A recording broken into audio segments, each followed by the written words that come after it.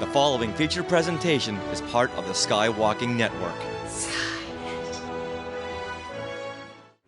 This is what you can look forward to on this Franken episode 488 of Skywalking Through Neverland. By the end of our discussion here, you'll be able to hold your own in any Frankenstein conversation you're bound to have this Halloween season.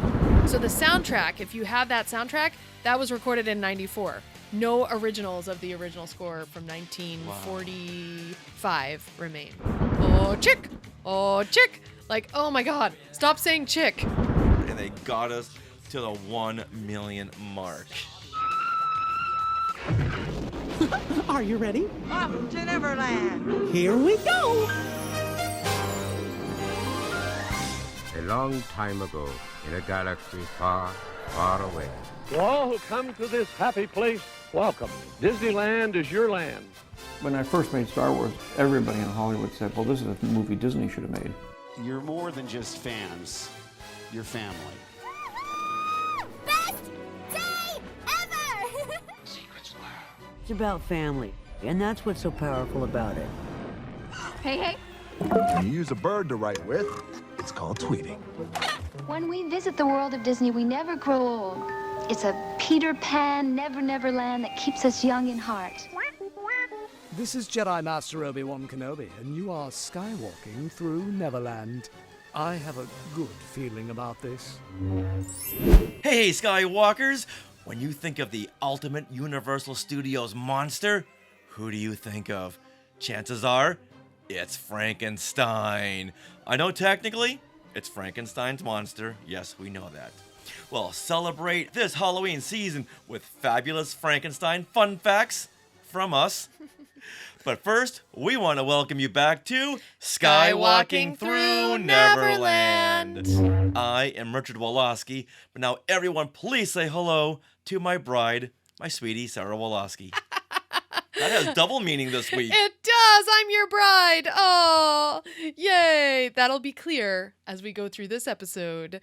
Well, we are your enthusiastic podcast destination to the many decades of your Star Wars, Disney, Marvel, pop culture, and Halloween fandom. So, imagine a big Wookiee hug from us, and a little sprinkle of pixie dust, and maybe even a witch's cackle for our family of Skywalkers. All right, we are live on the Skywalking Through Neverland YouTube channel right now.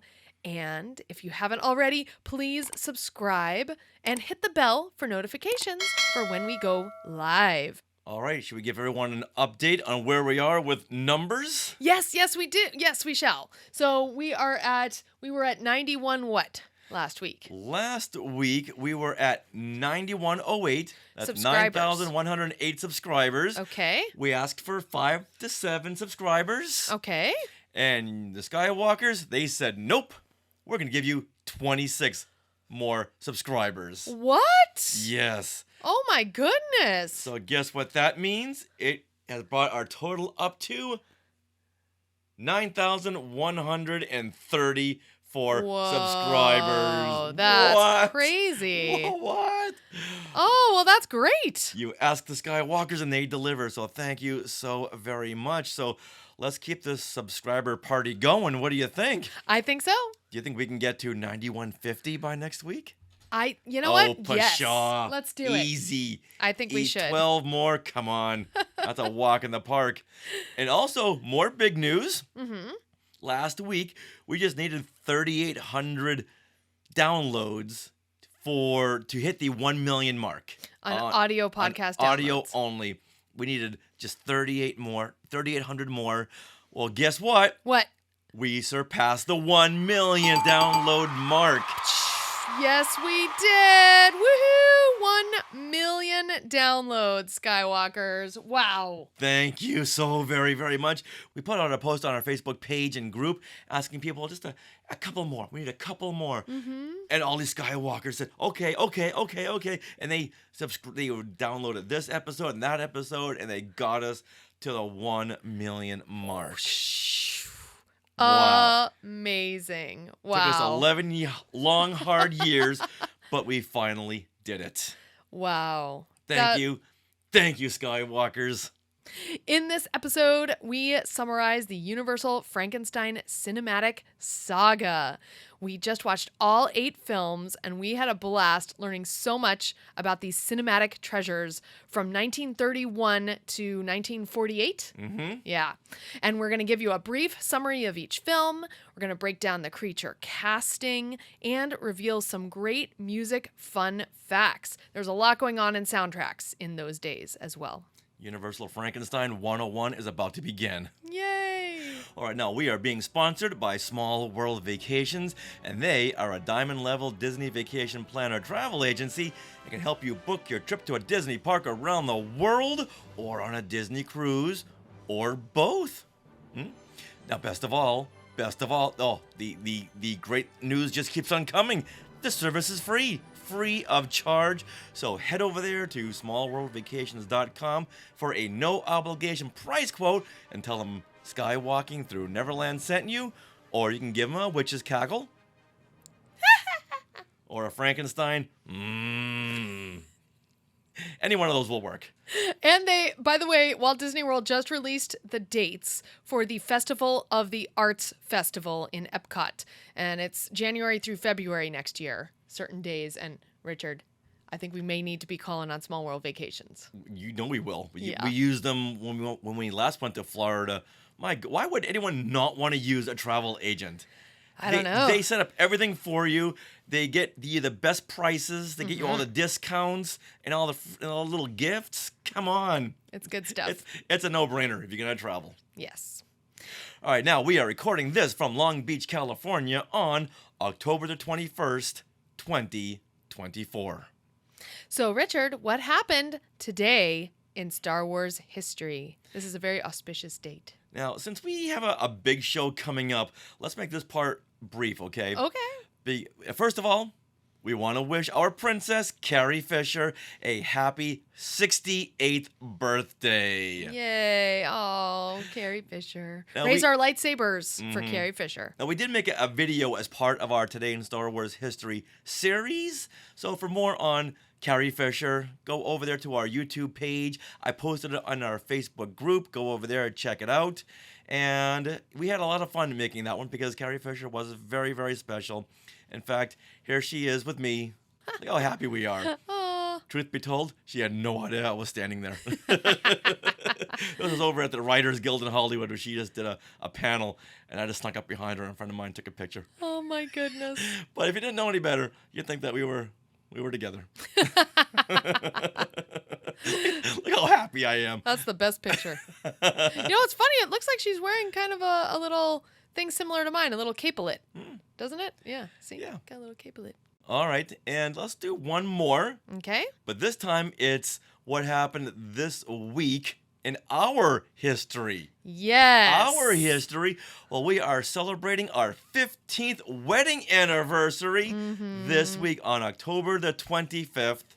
We will be celebrating our 15th anniversary. Here we are back in 2009 on October 25th. Yeah. We just gotten married and we got everyone together for a big group picture. There's me and you and the groomsmen and groom sister and the bridesmaids and droids and stormtroopers. Yep. Awesome. We got this picture framed in our house. Yeah. And then, let's see, we took some wedding photos over by El Dorado Park off a beautiful lake, having a quiet moment there with R2 looking on. Boy, I love that picture so much. That's nice. Yay. All right, well, you know what, sweetie? Yeah. Happy anniversary. Happy anniversary. All right, so with that, let's continue our Halloween celebration with fabulous Frankenstein frightening fun facts from us. Great on the alliteration today. Thank I love you. it. He's alive! Now, like most of you, we love watching scary movies and spooky shows around Halloween time. And after a recent visit to Universal Studios Hollywood, where we got some fun FaceTime with Frankenstein and the Bride of Frankenstein, we were on a Frankenstein high. And then Sarah ran to the gift shop and bought these little dolls. Of course. They like started the whole thing. Our run-ins with Frankenstein and Bride of Frankenstein at Universal is what propelled all of this right now. I think they know us. I know. Shout out to those performers because what do you mean performers? Oh, okay, yes. It's Frankenstein and the Bride of Frankenstein. Because whenever we go back to Universal, they always walk into our videos and they always react to us, enact to us like they know us. So I think after so many times, they recognize us as being big fans. But after that last time, when the bride screamed in my ear, oh my God, I went running away. Look for it on our Instagram reel. That was the funniest thing. And right there, I was like, okay, we're like all best friends now. Yeah. We need to go on a double date. I would love it. Now, I haven't seen these Frankenstein films all the way through since I was a kid, and I was so excited to revisit them. As big of a fan as I am, honestly, I lost track of when these films came out, what the main plot was, and what the sequels were, because there were so many of them. Now, this is a perfect opportunity to watch them again and introduce you to the origins of Universal Studios' Frankenstein films. Yeah, I had never seen these. The closest I got was knowing that Mel Brooks did the Young Frankenstein films, and I was like, I was never interested in watching that because I didn't know where it came from. Now, at this point, we've watched all the Frankensteins. I really want to see Young Frankenstein now. Still have not seen that film. We have to.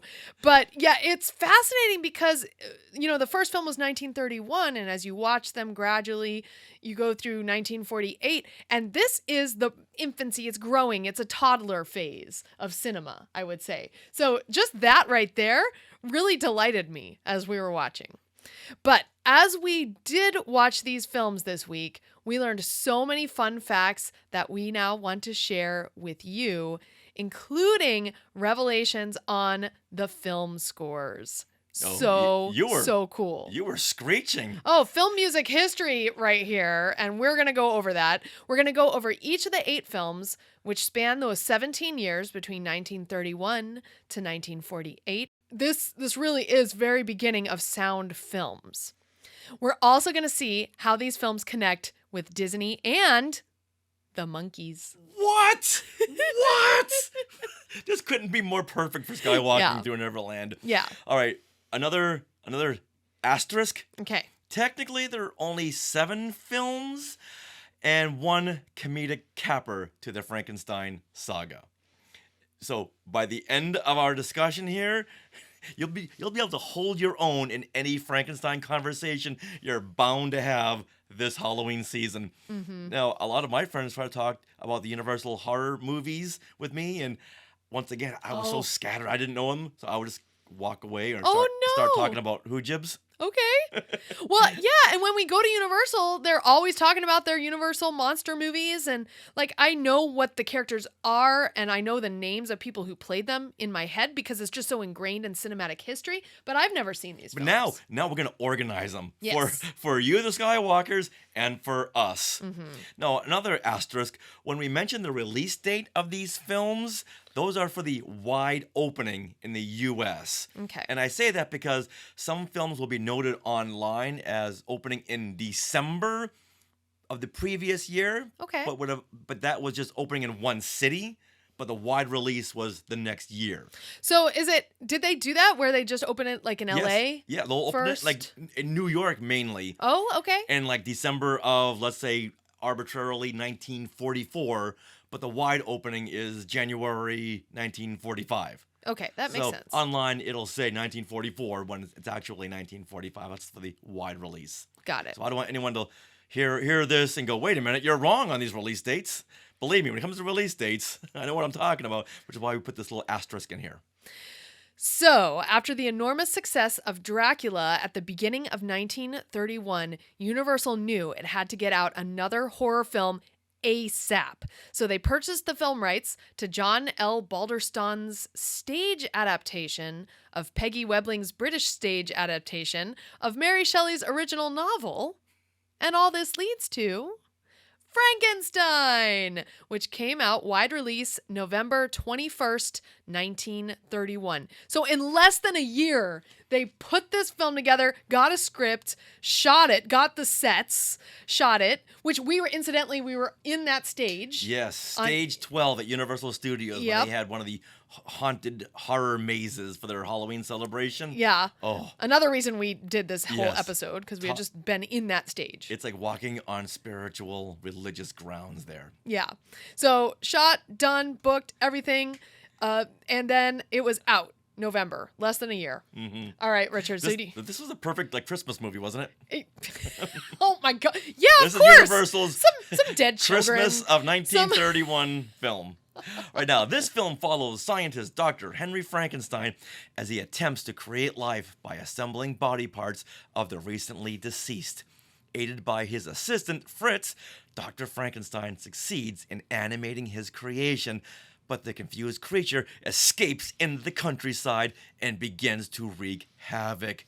With the town mob, Dr. Frankenstein searches for the monster, and when they eventually find him, they burn the windmill he's been hiding in and kill the creature.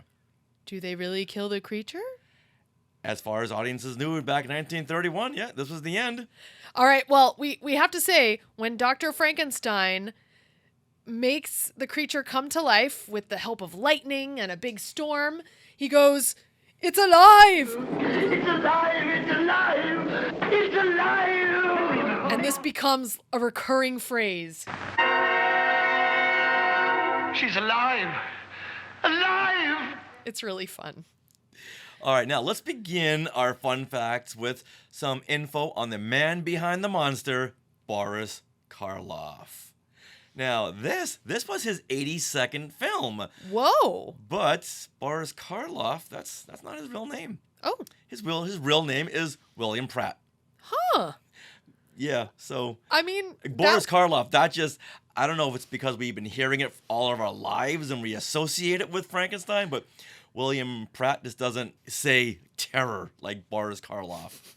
Now, another iconic villain he played was the Grinch.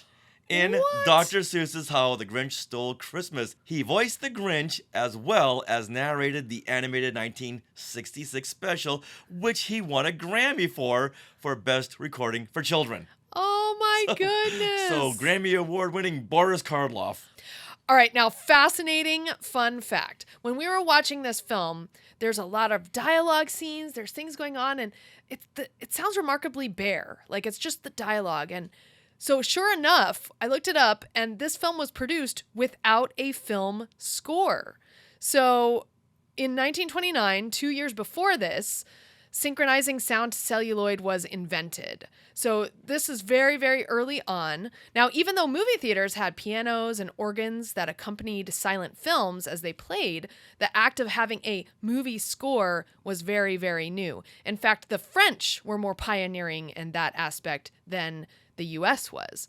So really, like, did you feel an absence of the score when you watched this film? I'm going to say no, just because I'm more of a visual person. Oh. So I'm watching the sets, I'm watching the cinematography, I'm watching Jack Pierce's makeup design on Frankenstein.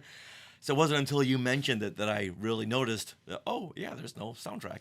The only things you can hear are the wooden footsteps as the characters are walking across a stone floor, but how come it sounds like wood? Oh, yeah, that's the set, the wooden sets. Oh my gosh. All right, well, there is a fun fact, because in history, this film, not having a film score, is huge. So in 2001, Michael Shapiro took it upon himself to write a 70-minute score, and it premiered live with orchestra in October of 2002 in New York. And since then, it has gone on a concert tour where you could watch the Frankenstein live to picture with the music. Yeah, with the score. Oh, we need to see this. I know. We need to look it up. We need to see this so bad. Yeah. I don't know if they're this. doing this again, but I think it went to like 80 cities or something back in the early 2000s. Yeah. Wow. That would have been neat. Because this Universal Studios monster music is just so iconic that Kevin Kiner used it for Grand Admiral Thrawn in Rebels. You hear that Dracula organ. Yep. All right, we need to look this up. Now, I so want to see a Universal Studios monster concert. Me too. Oh, that would be amazing. Like if the Hollywood Bowl did that or something, that Yeah. would be so cool. All right. All right, another fun fact. You done with your music fun facts? Absolutely, yeah. All right, now, there was no rating since Frankenstein came out during the pre-code era where states themselves regulated what they deemed was appropriate. So there was no PG, R, G. So it was up to each state to say what was appropriate and what was not. And some of the East Coast states made Universal cut stuff out, like the scene where Frankenstein throws the little girl in the lake. Yeah, and she drowns. Yeah. Spoiler. Yeah. So the Universal cut that scene out of the negative. Oh. And it was lost for 50 years. It was the scene played where the little girl and Frankenstein, they're throwing petals in the water. The little girl wants someone to play with. Frankenstein comes stumbling over. She's like, I don't care what you look like. Good for you, little girl. No body shaming. But I want someone to play with. Here's some flower petals. Let's throw them in the lake and watch how they float. And Frankenstein throws his last one in. Hey, I want something else to throw. I'll throw this little girl. Picks her up and tosses her in. So it wasn't until the early 1980s where they found the remaining scene for that sequence. Oh my goodness. I know. So all those re-releases, they didn't have any of that. Now, what's fun about this is, Richard, I think once again, the Frankenstein and Bride that we meet at Universal Studios, they must know these movies pretty well because we went there on Valentine's Day and we got a flower power drink from the new 1UP Cafe. And it comes with like this little cardboard flower. And so at one point we were holding it up and Frankenstein took it, like he shares flowers with the little girl in the movie, and he cut it in half and gave one to the bride and one to me. Yes. You remember that? Yeah. That was so cute. Oh yeah. Oh, these the Frankenstein and the Bride, they know their business. Yeah. And then he tried to pick up Sarah and throw her into the lake. I said, no, Frankenstein, no. Okay. You can't do that on the East Coast. You can't do it here, okay? Don't throw me into the Waterworld lake. No. All right. Reynold Gobet in the Sky Chat is asking if these concerts predate the Star Wars and concerts. Those started in 2008. 8? Okay. 2000. It could have been 2007, but 2008 is when it was in England at the Odeon Theater, the Odeon Stadium. And from there, in 2009, it debuted, the Star Wars concert debuted here in Anaheim, California. So I want to say 2008 is when the Star Wars concert started. So then, yes, since 2002 is when the Frankenstein score was going around, then that is new. All right, now let's move on to the first sequel, Bride of Frankenstein. And this came out April 20th, 1935. All right, so what is that, 3 years? 4 years? Yes. Mm-hmm. Yeah, 1931, 1935. 4 years later. Yeah. All right, so Bride of Frankenstein, this story takes place immediately after the events of Frankenstein. It once again follows Dr. Henry Frankenstein as he prepares to marry his beloved Elizabeth. Now, after his old mentor, Dr. Pretorius, orders the monster to kidnap Elizabeth, Henry reluctantly agrees to help in creating another monster. They are successful in the bride creation, but when she rejects the monster, it brings the laboratory crashing down. Frankenstein does not like rejection. No, poor guy. I don't think any of us do. No. Now, this title, Bride of Frankenstein, really has a double meaning, since it can refer to the wedding of Dr. Frankenstein and the creation of the mate for Frankenstein. Yes. Now, Elsa Lanchester, she's got 2 roles in this film. Not only does she play the bride, but she also plays Mary Shelley in the opening scene. Yeah, it's like a wraparound scene in which Mary Shelley is telling the story of the Bride of Frankenstein. I thought that was so cool. It's very meta. It's set in 1816 or whenever Mary Shelley was around. It's like that early Georgian period. Mm-hmm. So yeah, it's so cool. And there she is, Elsa Lanchester. And fun fact, if you don't know who Elsa Lanchester is, do you remember Katie Nana from Mary Poppins? Hey, Nana? Mrs. Banks, I have something to say to you. Where are the children? The children, madam, to be precise, are not here. They've disappeared again. That is the Bride of Frankenstein. That's Elsa Lanchester. I was like, I recognized her eyes right away. I'm like, wait, who? I know that face. And she's much younger, of course, than she is, 20 years later in Mary Poppins. But yeah, 30 years. 30 years 30 years later in Mary Poppins. Yeah, so I was freaking out. I'm like, oh my God, it's Katie Nana. So there's a Disney connection right there. Yeah, I love it. All right, I was also, okay, I'll just say it right now. This was my favorite out of all the Frankenstein films. Mm-hmm. Yeah. I can say that too. Yeah. I mean, it had, of course, the bride in it. She's nowhere else, you guys. It's just in this one. Sarah's got a great fascination with the bride. Since that day we met her at Universal, she admired Sarah's nails. Yes. As the bride. The bride, this creation made of the undead. She's admiring Sarah's nails, and she told me to go. Yeah, she wanted to take me. She took my hand and told you, go. Go. Go. And look for that video coming soon because we got to post that. It's really funny. Okay. The bride rejects me. See, she didn't like it when Frankenstein rejected her. Now she's rejecting me.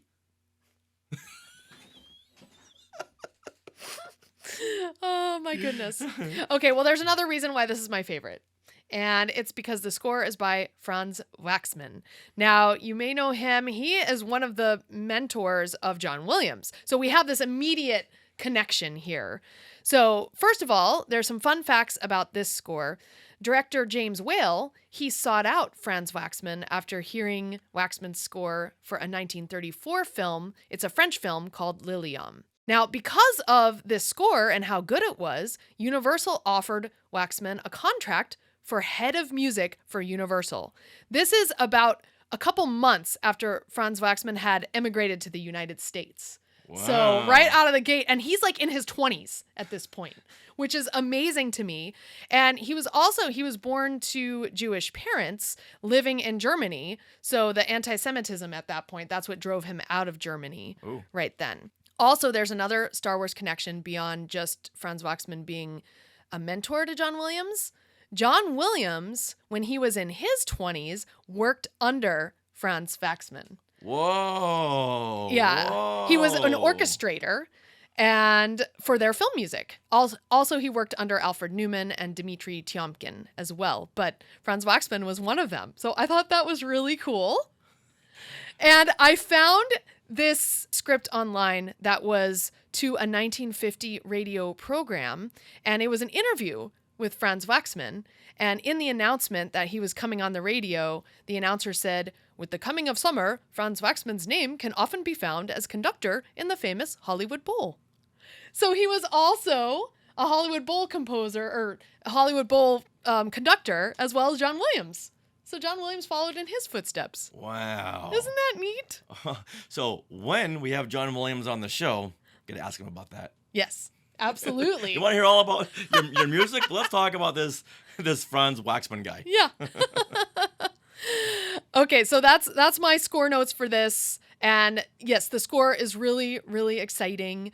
There's some really great stuff going on. You can and it's nice to have some score underneath dialogue scenes because wow, there's a lot of dialogue in this film. Yeah, but these films could use a new remixing.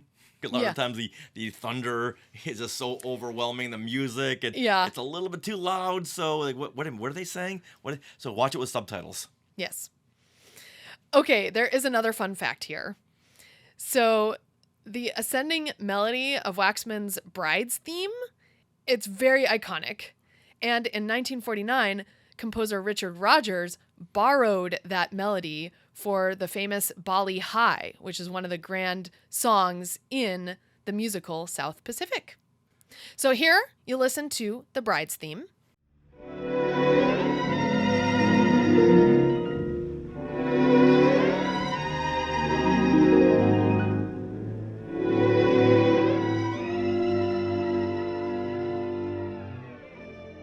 And now let's listen to a bit of Bali High. Bali High may call you any night, any day. All right, so in short, Waxman's score to Bride of Frankenstein really revealed the need for a good score for Universal's monster movies moving forward. And so Universal put more money into that department. Oh, yeah, they did, and it shows. Yeah, in fact, like making Waxman the head of music. It's like before that, I don't think they had a head of music at all. Yeah, no, that guy was getting paid. Yeah. All right, so now let's go back to censorship. Okay. Because this film was subjected to censorship because of dialogue in the submitted script to the to get a seal of approval, because Dr. Frankenstein was compared to God because they're both creating life. Yes. Okay. Yeah, so they had to cut that immediately. Then the seal of approval, they were challenged by England and China because there was a scene when the monster, Frankenstein's monster, gazes longingly upon the body intended for reanimation as the bride, because they thought this looked like necrophilia. Oh, because it wasn't living yet. Yes. He was gazing on a dead body. Yes. So England and China, they said, yeah, I know you have a seal of approval, but we don't abide by that because this is not right. Wow, that's some issues. Okay, I can see that. I can't say they're wrong. Yeah. All right, the next film, the third film in the Frankenstein franchise, is The Son of Frankenstein, which came out January 13th, 1939. So another 4 years. Now, this film follows Dr. Henry Frankenstein's son, Baron Wolf von Frankenstein. Oh, you gotta say it. Baron Wolf von Frankenstein. Who returns to his father's castle with his wife Elsa and their son Peter. Also living within the castle is Igor, a hunchback whose neck was broken in an unsuccessful hanging attempt. Wolf Frankenstein, or as you say, Wolf Frankenstein, discovers the remains of the monster and tries to save his family's name by resurrecting the creature to prove his father was correct in the name of science. As things go sideways, as they always do, Igor is killed by Wolf Frankenstein. And in a rage, the monster destroys the laboratory and is kicked in a sulfur pit. Is he dead this time? Chances are no. Now, this is the third and final film for Boris Karloff as the monster. And he only portrayed him again for an appearance on the TV show Route 66 and at an all-star baseball game. Okay, how awesome is this? And I wonder what position he played on the field. All of them. An all-star baseball game. Here's Frankenstein. That's so funny. Now, Boris Karloff said in an interview after Son of Frankenstein, I decided the character no longer had any potential. The makeup did all the work. Anybody who can take that makeup every morning deserves respect. At this point, he really wanted to be a serious actor, not just, he knew if he'd made any more of these, he'd be always known as Frankenstein. Yeah, and that didn't really work out, Boris. No, he also doesn't have a ton of dialogue either, so it's like Frankenstein grew a little bit in Bride of Frankenstein. Yes, he turned it into a smoker and an alcoholic. Yeah, he did, and he made a friend. Yes, the bad. blind man. The blind man. In fact, I make a reference to the blind man in my film Day Jobs. Oh, with Frankenstein. Oh, okay. Go watch it.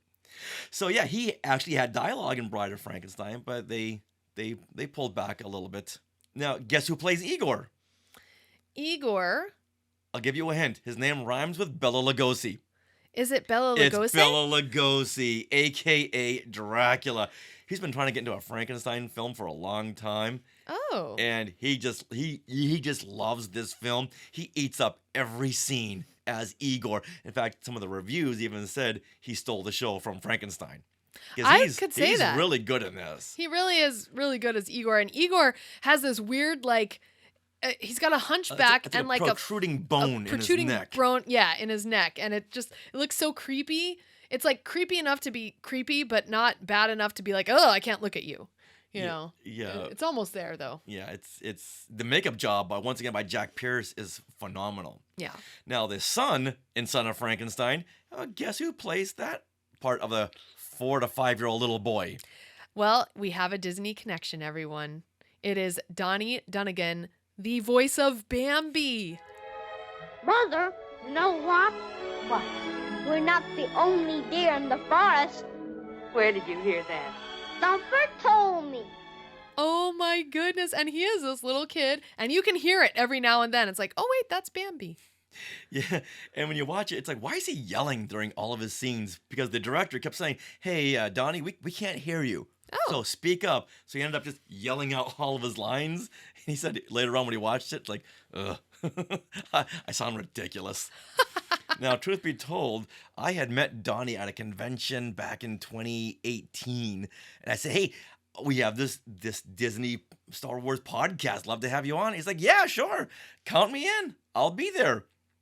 You tried to email, Back and forth and back and forth. So we're trying to get Donnie on the show, but don't think that's going to happen. So you got some more music fun facts. Yes, this is another one of those seminal music moments here. So the score for this film was composed by Frank Skinner and Hans Salter. And these two basically go on to score all of Universal's monster movies from now on. So Skinner, at this point, was a staff composer at Universal. Salter is the orchestrator for this film. And according to the liner notes for the score, the duo set the tone, literally and figuratively, for all horror film scores to come from Universal.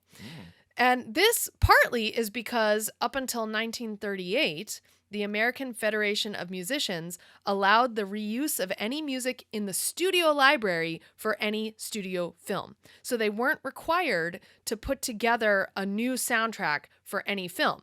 So elements of this score can be heard in many Universal horror pictures in this decade.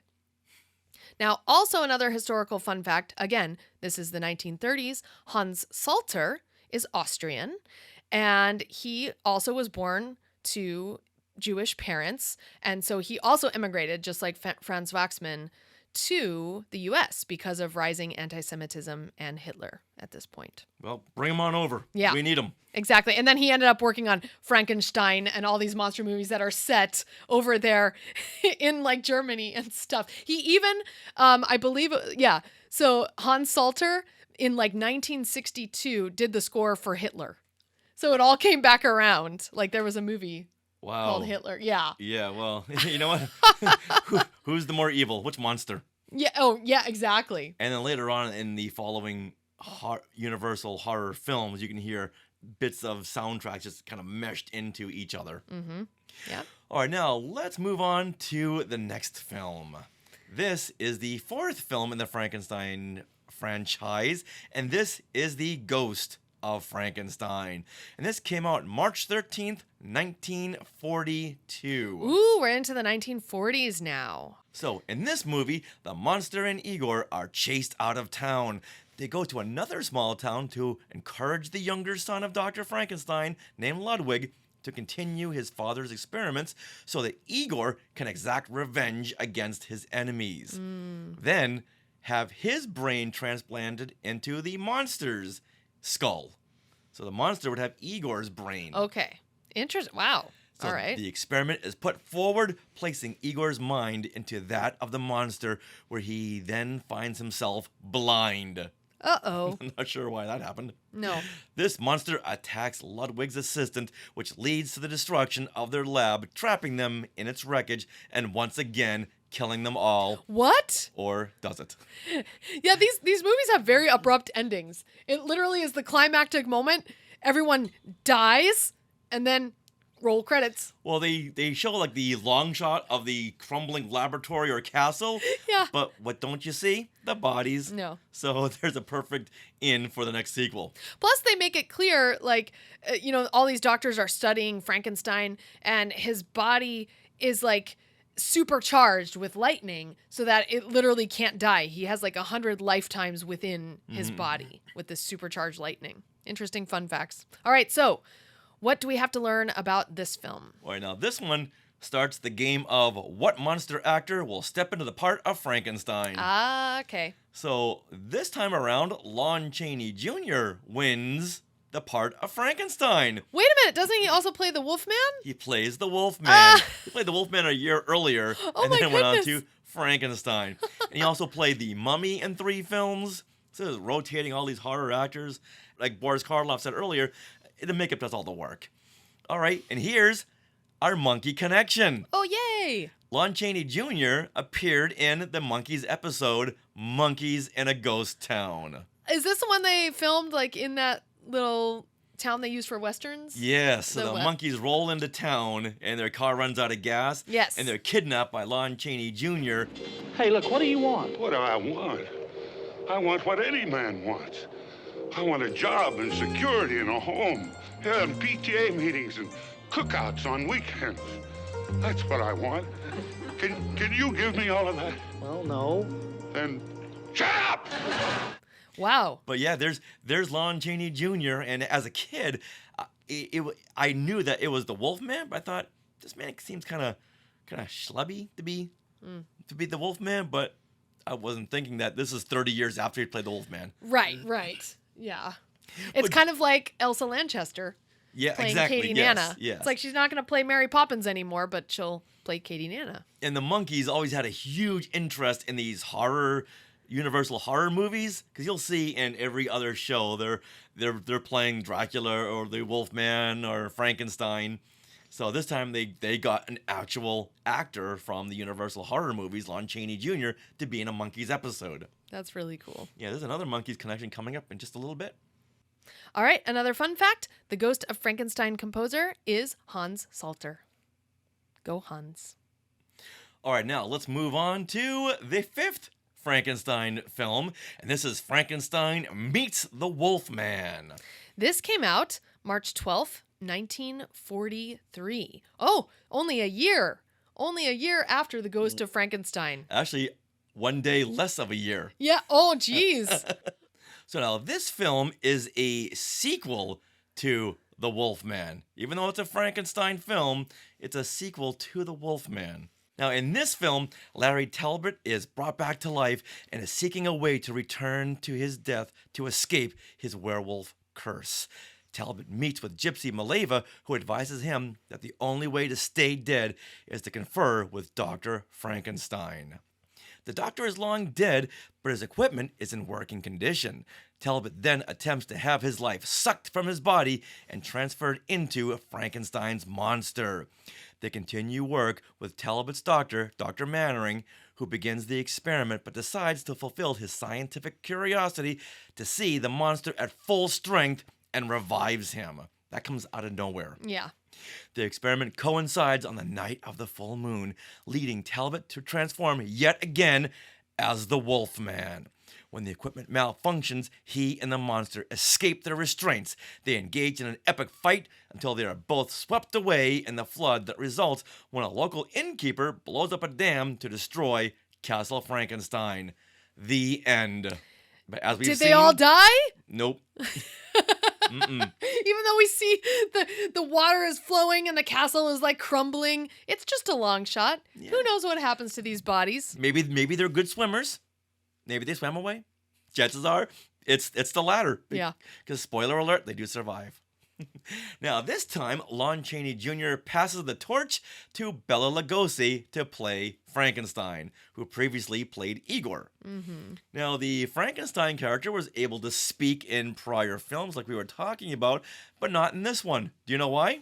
Why? Because following a preview screening, audiences laughed hysterically when they heard Bela Lugosi speak in his Hungarian accent. Oh no! So all of a sudden Frankenstein sounded like Dracula? Yes. And the executive said, let's go back to the editing room and cut out all the dialogue scenes. Oh. Yeah, and in my opinion, I think we both agreed on this, that he was not the best Frankenstein. No. In fact, when we first saw him, Frankenstein comes on screen and he's got his arms out. So we're like going, why is his arms out in front of him?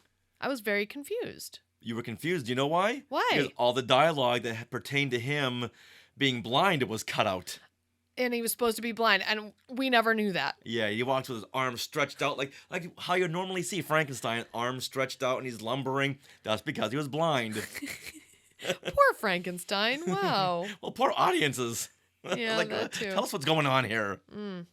Now, Frankenstein Meets the Wolfman was the first of what would become known as the Monster Rally films. Oh. Where you had two or more monsters crossing over into one film or another. Right, to get audiences to come. Yeah.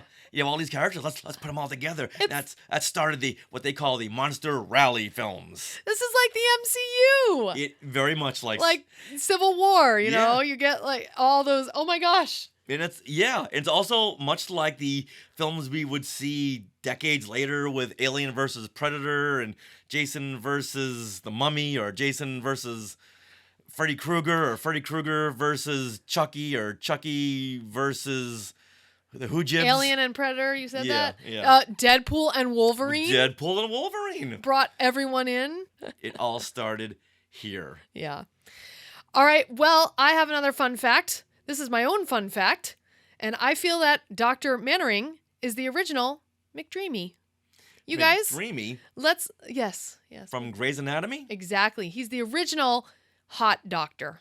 He's so cute. But look at that. Little young, fresh-faced McDreamy. Well, they needed to bring in that female audience. They did. It worked. Yeah.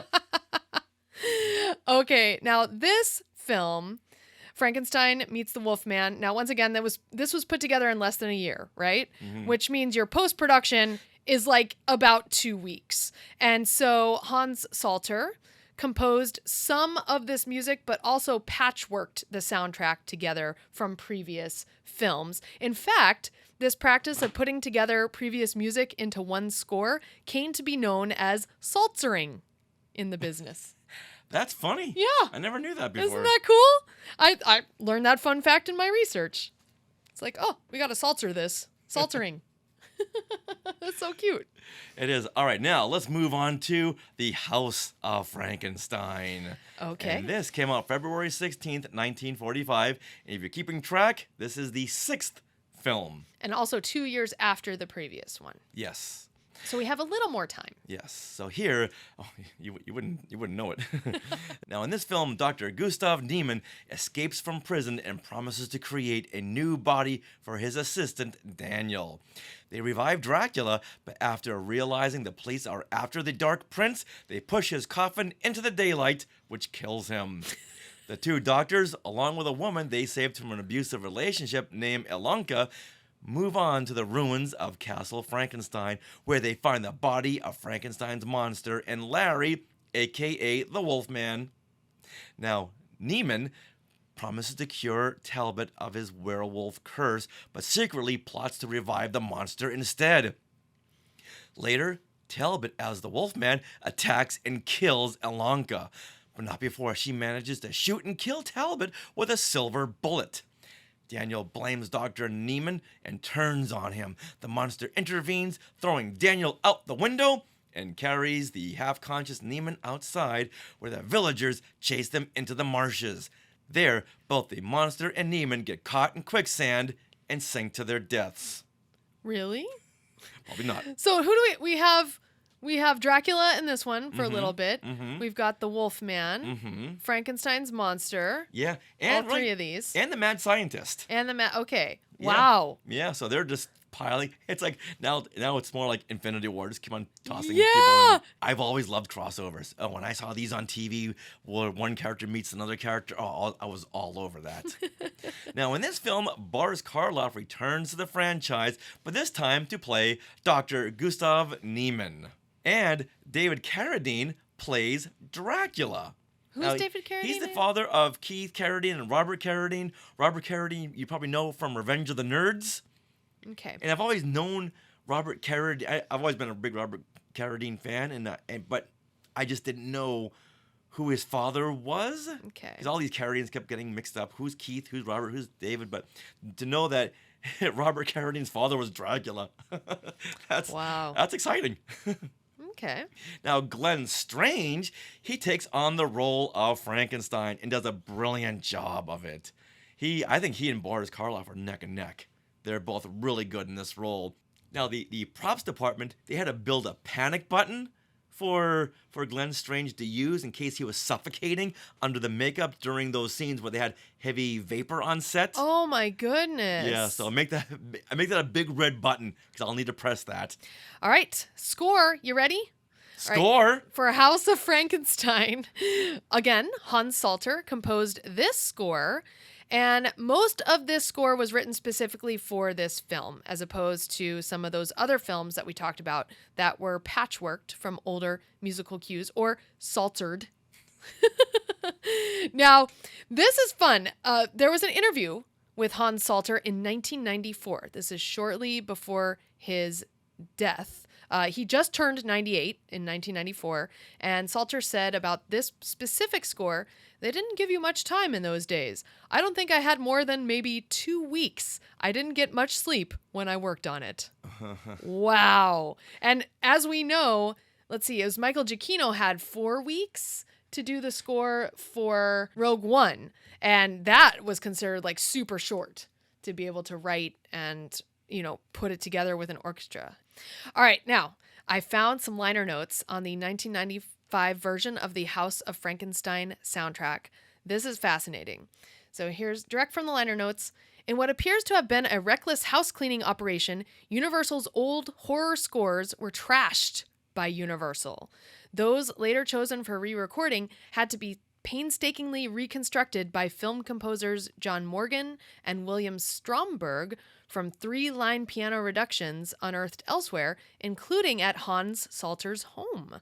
So this score was painstakingly recreated from that and re-recorded in 1994. So the soundtrack, if you have that soundtrack, that was recorded in 94. No originals of the original score from 1945 remain. Oh my goodness. Yeah. Yeah. The film studios back then, they didn't keep great notes. They didn't keep these things hermetically sealed so they'd be protected from the elements. They would just turn out film after film after film because the average American went to the cinema 3 times a week. They wanted new stuff all the time. Back then, it was like, we're going to show the film. We may show it again later on in a double bill. Other than that, it doesn't really matter about the quality of the film. A lot of these film screenings were so scratched up. Oh, yeah. I've seen footage of, I don't know who got it, but they would record audiences during some of these double bills of horror movies. Oh. And the screen was just trashed. The print was like, how do you know what's going on? Yeah. Wow. All right, so let's move on now to the sequel of House of Frankenstein to The House of Dracula. Ooh. Which is the 7th film in the Frankenstein saga. What? The House of Dracula. I bet Frankenstein shows up. Spoiler. Now, this came out December 7th, 1945, and once again, a big Christmas time release for Universal Studios. This was like 8 months from The House of Frankenstein. Yeah, they were churning these out. So now, at the castle home of Dr. Franz Adelman, the doctor is visited by Count Dracula and Larry, a.k.a. the Wolfman Talbot, who are trying to cure their vampirism and lycanthropy. That's not something that can be cured other than death or stake to the heart. The doctor agrees to help Dracula, but is unable to aid Talbot. Aww. Talbot tries to get himself imprisoned to control the werewolf within and eventually tries to commit suicide by leaping into the ocean near the castle. Talbot survives the fall, only to find the body of Frankenstein's monster in a cave below the base of the castle. Adelman takes the monster's body back to his laboratory and finds Count Dracula, who then captures the doctor and forces a reverse blood transfusion, which gives Adelman a split personality that wreaks havoc. Getting this so far? Yes. The doctor revives Frankenstein's monster, with the others witnessing Adelman's transformation. The townspeople rush to the castle where the police attack the monster. Talbot shoots Adelman dead and traps the monster as the house burns down around them. It's like the same ending for all these films. How do we end this? Just burn something. Yeah. Burn something or have it knocked down in a flood. The original Frankenstein film, the windmill burns down around him. This one, burns down around him. See, now they need an earthquake and a hurricane for earth, wind, and fire. Yeah, they do. And then for the last film, Earth, Wind, and Fire, the group can do the soundtrack. Very good. Okay. Now, this is a direct continuation of The House of Frankenstein. So it's House of Frankenstein 2 and Frankenstein 7. Oh, boy. Okay. So technically, this is the last film in the Frankenstein saga. Oh. Now, the character Frankenstein was only added into the story after many drafts of the screenplay were written. It was originally Wolfman versus Dracula, which was written before the making of The House of Frankenstein, but it was canceled. Okay. All right, now, after the success of House of Frankenstein, it was put back into pre-production with the name Destiny. Okay. And Universal said, no, So try again. How about try House of Dracula? And they said, the filmmaker said, okay, that's fine.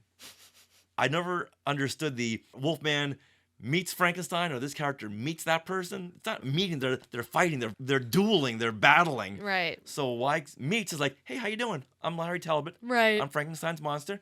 Yeah, this film was done like just very quickly, and to save money, they not only reused sets and props from past films, but they also used clips from past films, and this soundtrack was also a patchwork of other films. Like, I think there was 8 composers that were involved in psaltering this one. Oh boy. Mm-hmm. Yeah, unions weren't they weren't a force back then. Yeah. Nowadays, no way. Mm-hmm. All right, now let's move on to the next film, which technically is not part of the Frankenstein saga, but it stars Frankenstein, so we have to include it. And this is Abbott and Costello Meet Frankenstein. And this came out June of 1948. So this was the time where movie audiences wanted to move on. They had their fix of horror films, but Universal had all these characters, and we want to use them for something, so let's start integrating them into comedies. And this is the kind of stuff that Boris Karloff did not want to do. Because he said, I don't want Frankenstein to ever become a joke. And now Frankenstein's a joke. This is what he was trying to stay away from. Yeah. But you know what? Universal had to make some money. So they thought, let's put these 2 comedians up against these monster movie characters. I mean, it kind of makes sense. Abbott and Costello had made a name for themselves. Oh, big. They were huge. Yeah. Huge stars. They were like comedy gods back then. Mm-hmm. And they don't just meet Frankenstein, but they all battle Frankenstein and more. They should have been called Abbott and Costello versus the Monsters. Oh. Now there's a title. That's a good title. Thank you. Now in this one, 2 railway baggage handlers make a mistake as they move a pair of crates belonging to the House of Horrors Museum. The museum's director demands that Wilbur and his friend Chick, Abbott and Costello, deliver them personally so that the crates can be inspected for insurance purposes. Larry Talbot, aka the Wolfman, he tries to warn Chick and Wilbur that the crates contain the bodies of Count Dracula and the Frankenstein monster. But before he can successfully tell them, he turns into the Wolfman. Dracula and the monster escape their crates, and hilarity ensues as they plan to take Wilbur's brain and put it into the monster. In the end, all the monsters perish until Universal needs them again. Till they go into the parks. Yeah. All right, you're down here, so we'll need you over there at Universal Studios. Yeah. Go on over. Now, in this film, Lon Chaney Jr. returns to play the Wolfman, Bela Lugosi returns to play Dracula, and Glenn Strange is the monster. Nice. And in the end, we hear a very familiar voice voicing the Invisible Man. Who said that? Allow me to introduce myself. I'm the Invisible Man. Who is it? It's Vincent Price. Whoa. Yeah, you may know him from the Brady Bunch or a lot of other Universal horror movies. That's amazing. Now this... I know him from the soundtrack, not the soundtrack. To Thriller. Michael, yeah, Thriller. Yeah. That's where I first learned who he was. That's so cute. I know. Now, this film heavily inspired the Monkees episode, Monstrous Monkey Mash. And this is the episode that I mention every Halloween season because this is our tradition. Every Halloween morning, we've got to watch this episode. Yeah. But I haven't seen this Abbott and Costello Meet Frankenstein in years. And having watched it again, it's like, wait a minute. This is like monstrous monkey mash. Taking the brain out of Peter Tork and put it into the monster this time. Taking the brain out of Costello and put it into the monster. And a lot of fun little gags. Even you pointed out some monkey gags. Oh yeah, is it who's Wilbur? Is that Abbott or Costello? Wilbur is Costello, the little pudgy guy. Little pudgy guy. Yeah, he would do these like ooh, like little things, and I'm like, dude, that's exactly Mickey. Yeah. Like Mickey really based a lot of what he did on Costello. And looking into the lens. Yeah, breaking right the fourth wall. Audience. Mm-hmm. I love that. Yeah. Now this film cemented my love of Universal horror films. Oh. Previously, I had a love-hate relationship with these films. I loved the monsters, but hated watching the films because they were so slow. I they can see took that. Forever. There's like a lot of dialogue in between all of this. And as a kid, get to the monsters. So I would leave the TV on, and my mom would say, "Okay, the monsters are on again." And 30 seconds later, I'd go back to playing in my room. But then I loved watching them alongside Abbott and Costello, because now there was some funny business, some slapstick, and they were in it more. It wasn't just exposition. Now we had a lot of monster screen time. And I just loved watching this to get my monster fix. In fact, this movie also inspired me to write a screenplay 20 so years ago called Cyber Wars, where I had two monsters meet. And a lot of the bits were taken from this Abbott and Costello Meet Frankenstein. I think that was the last time I watched it. It was like 1998. Wow. Yeah. I can go find that screenplay because a lot of it was very heavily inspired by this movie. This movie just really did a lot for me. That's funny. Now, if you cringe at some of the awkward scenes in this movie, well, you're not alone. Guess who else cringed? Abbott and Costello. Abbott and Costello. They hated this script, and they would often wander away because they just did not want to be there, just wander away. And I'm sure that added to the production's schedule. Wow. Now, this film, in the end, this became one of Universal's top films of the year. And several follow-ups came after involving Abbott and Costello meeting horror film actors and more monsters. That's so now, funny. What I find odd is that they call it Abbott and Costello Meet Frankenstein. Okay. Now, they don't play Abbott and Costello in the movie. No. No, they play Wilbur and Chick. Yes. So why not just call the characters Abbott and Costello? Yeah. Just like just like on the Monkees, the four guys are named Mike, Mickey, Peter, and Davy after their real life selves. Right. Yeah, and the amount of times that Wilbur says chick is really annoying in this film. Hey, chick, oh, chick, oh, chick. Like, oh my God, stop saying chick. And I believe at one time, Abbott calls Costello's name is Wilbur. I think at one time I heard Wilbur.